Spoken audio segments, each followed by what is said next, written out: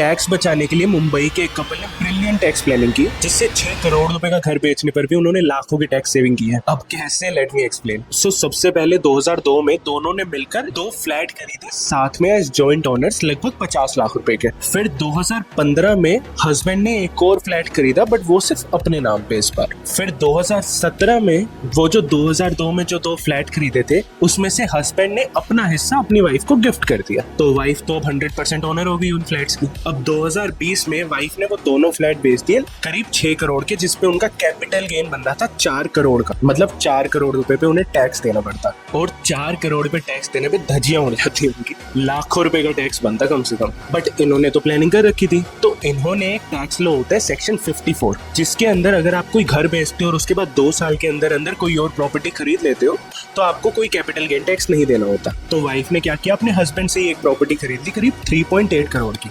अब income tax वाले पागल तो बैठे नहीं है, तो उन्होंने इनको नोटिस भेज दिया कि भाई ये तो तुम सिर्फ पैसे को घुमाने के लिए अपने पति से जाके तुमने प्रॉपर्टी खरीद ली, टैक्स तो तुम्हें देना पड़ेगा।